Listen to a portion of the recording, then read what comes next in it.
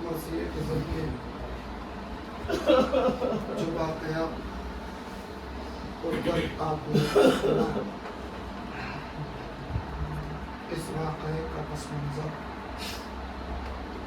تاریخ میں لکھا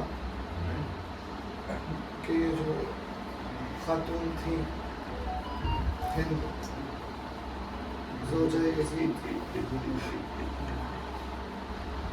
وہ ایک مرتبہ اس رات کو جب اہل بیت کو زندان میں قید کرنے کے چوتھی رات، 4 دن ہو چکے تھے اہل بیت کو قید کیے ہوئے، چوتھی رات خواب میں اہل نے دیکھا کہ ایک عجیب منظر ہے، ایک سر دکھائی دے رہا ہے۔ اس نے دیکھا کہ آسمان کے دروازے کھلے اور کئی ہستیاں زمین پہ آنے لگی۔ اس میں ایک وسیع بادل زمین پہ اترا۔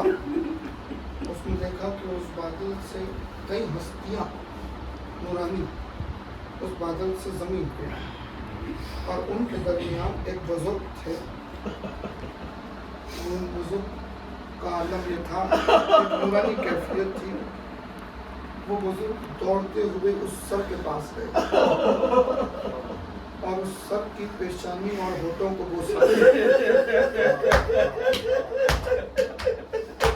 لے کے رونے لگے اور رو کے کہنے لگے کہ اے میرے مظلوم میں تیرا نانا محمد تیری غربت پر رو رہا ہوں۔ اس کے بعد انہوں نے وہ جو ساتھ ان کے تمام آئے تھے ان کا تعارف کروایا کہ حسین دیکھو تمہارے بابا علی آئے ہیں، تمہارے بھائی حسن آئے ہیں، تمہارے چچا جعفر آئے ہیں، تمہارے چچا حمزہ آئے ہیں، عباس آئے ہیں۔ یہ تمام کا تعارف کرا کے وہ رونے لگے۔ ہند کہتی ہے کہ یہ خواب جیسے میں نے دیکھا تو میری نگاہیں کھلی اور جیسے میری نگاہیں کھلی میں نے اپنے گھر کے صدر دروازے پر ایک سر لٹکا ہوا دیکھا۔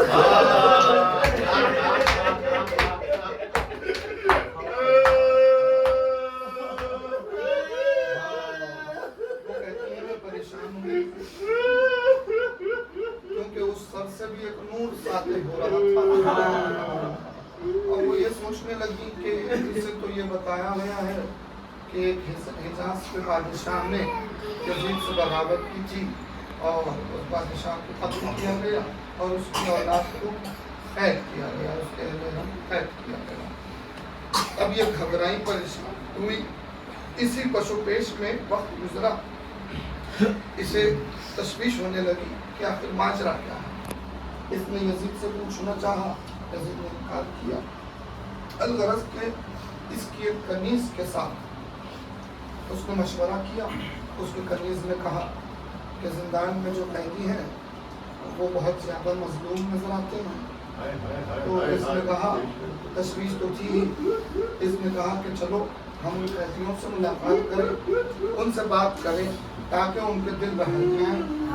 ایک مرتبہ ہند اس کنیز کے ساتھ اپنے پورے جاہ و جلال کے ساتھ، چونکہ وہ حاکم کی زوجہ تھی، جاہ و جلال جاہ و حشم کے ساتھ وہ خرابہ زندان میں داخل ہوئی۔ جب خرابہ زندان میں داخل ہوئی تو کنیز کے ساتھ داخل ہوئی تو قیدیوں کے قریب پہنچی تو وہاں پر اس کنیز نے اس کے لیے کرسی رکھی، وہ کرسی پہ بیٹھی کیونکہ وہ یزید حاکم کی زوجہ تھی، بادشاہ کی زوجہ تھی، تو اب وہ کرسی پہ بیٹھی۔ اب کرسی پہ بیٹھنے کے بعد اس نے قیدیوں کی طرف نگاہ کی تو ان قیدیوں میں اسے ایک ایسا قیدی نظر آیا کہ جو زنجیروں میں جکڑا ہوا۔ اس نے آہستہ سے اس قیدی سے بات کی۔ اب جو اس نے قیدی سے بات کی تو وہ بات، وہ تذکرہ مرثیے میں آپ نے سنا کہ کس طریقے سے گفتگو ہوئی इस तरीके से इमाम ने बयान किया। अभी तारुफ नहीं हुआ, अभी सिर्फ वो सवाल कर रही है और इमाम जवाब दे रहे हैं। आह करने का सबब पूछा तो शर्माने लगे।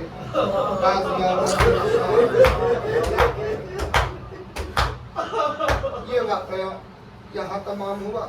इसके बाद उसने कैदियों बीवियों की तरफ, उन बीवियों में आलम ये है कि उन बीवियों में शहजादी ज़ैनब ने निगाहें उठाई, कुर्सी पर बैठी हुई हिंद को देखा, शहजादी उम्मे कुलसूम की तरफ देखा। बहन कुलसूम, क्या तुमने मुझसे पहचाना कि जो कुर्सी पर बैठी हुई है? एक मर्तबा शहजादी उम्मे कुलसूम ने कहा, बहन आप ही तारुफ दो कि वो कौन है। एक मर्तबा जनाब ज़ैनब ने कहा कि कुलसूम, याद है हमारे घर में एक अब्दुल्लाह के नाम की शख्सियत की एक बेटी थी, वो बेटी हमारे घर में काम किया करती थी, वो हमारे घर में कनीज थी जिसका नाम हिंद था। ये मुझे वही मालूम हो रही है। जैसे ही बीबी ज़ैनब ने जनाब उम्मे कुलसूम से ये बात की, अब रिवायत ने फितरा कहा कि कुलसूम ने फौरन शर्म के मारे चेहरे को छुपा।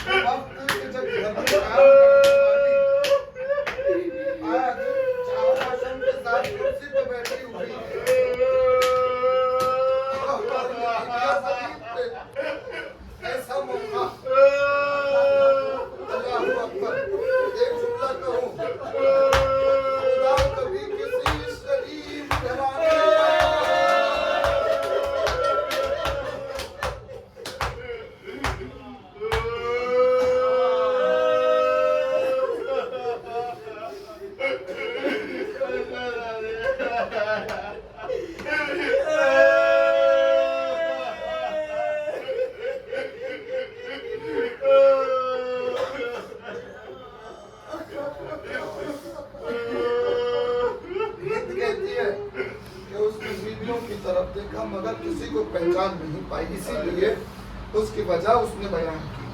वजह यह है कि ये जो जिंदान में कैदी हैं, जो खराबे जिंदान में बैठी हुई बीवियाँ हैं, इसमें कोई पहचान ही नहीं पाई वो, इसीलिए कि भूख, प्यास, सदमे, रात की ओस और सूरज की तपिश, गर्मी का सफर, शायद इन तमाम की वजह से ये वो जो कैदी थे, इनके चेहरों की जिल्दें झुलस चुकी थी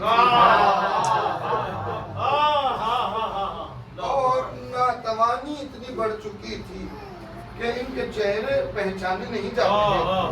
मगर उसने दो बीवियों को बात करते हुए देखा, उसकी तरफ देख, वो फौरन कुर्सी पे से उतरी, आहिस्ता करीब आई, बाजू बैठी, आवाज दी, बहन क्या आपने मेरे बारे में कुछ कहा?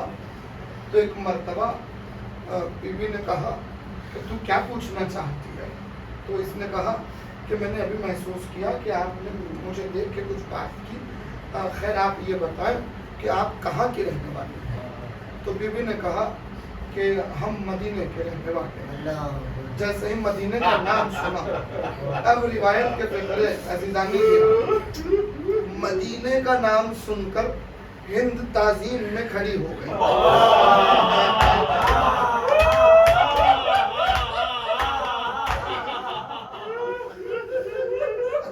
अल्लाह, मदीने का नाम सुन के ताजीम के लिए कहा, आपने मदीने का नाम लिया? कहा मदीने की रहने वाली है, आप मदीने में किसी को जानती हैं? तो एक मर्तबा बीबी ने पूछा, तू किसके मुतालिक सवाल करना चाहती है? क्या तू किसी को मदीने में जानती है? कहा हाँ, मैं मदीने में कायनात के सबसे बुलंद घर को जानती हूँ। कहा किसके मुतालिक सवाल करना चाहती है, साफ कहे। उसने कहा मदीने में मेरे मौला अली का घर है, उनकी औलाद का घर है। तो कहा क्या तू उनको जानती है? कहा हाँ, मैं जानती हूँ, मैं उस घर में काम कर चुकी हूँ, मैं उस घर की एक मरतबा बीवियों की आंखों में आंसू आए, शहजादी ने पूछा कोई सवाल है तो सवाल कर ले। हिंद ने कहा कि अगर आप मदीने की रहने वाली हैं तो जरा मेरे मौला के घर के हालात, उनकी औलाद के हालात मुझे बता दे ताकि दिल को सुकून महसूस हो। जैसे उसने ये जुमला कहा, अब फिक्रा सुनिएगा, जैसे ही उसने ये जुमला कहा बीबी ने जवाब देना शुरू किया। कहा हिंद, अगर अली के घर के बारे में पूछ रही है तो हम उस घर को खाली छोड़ के आ गए हैं। अगर उनकी औलाद के बारे में पूछ रही है तो उनकी औलाद करबला के मक़तल में 3 दिन का भूखा प्यासा कत्ल की जाए। हिंद घबराई, परेशान हुई, आप किसकी बात कर रही हैं? आप को किसके मुतालिक सवाल करे? एक मरतबा वो पूछने लगी, ये बताए कि अली की औलाद में हुसैन मेरा आखा मौला मैं जानती हूँ, हुसैन की बहनें ज़हरा को जानती हूँ, उनका क्या हाल है, क्या बात कर रही है? बीवी ने कहा अगर तू भाई मेरे अली के बेटों के बारे में पूछ रही है तो सुन, अब्बास अबुल फजल अब्बास के साथ अली के तमाम औलाद को, हुसैन के बच्चों को करबला के रेगिस्तान में खून में लथपथ कर दिया गया है, उन्हें खून में नहला दिया गया और उनकी लाशें गर्म रेत पर बेगुसलों कफन पड़ी हुई। तरसने लगी, सवाल किया आपका ताल्लुक क्या है, क्या आप औलादी अली से ताल्लुक रखती है? एक मर्तबा शहजादी तड़प उठी, अल्लाहू अकबर, अली की बेटी से पूछ रही हो कि अली से ताल्लुक रखती है? मैं ज़ैनब हूँ, ये हुसैन का सज्जाद, हुसैन का यतीम, ये हुसैन की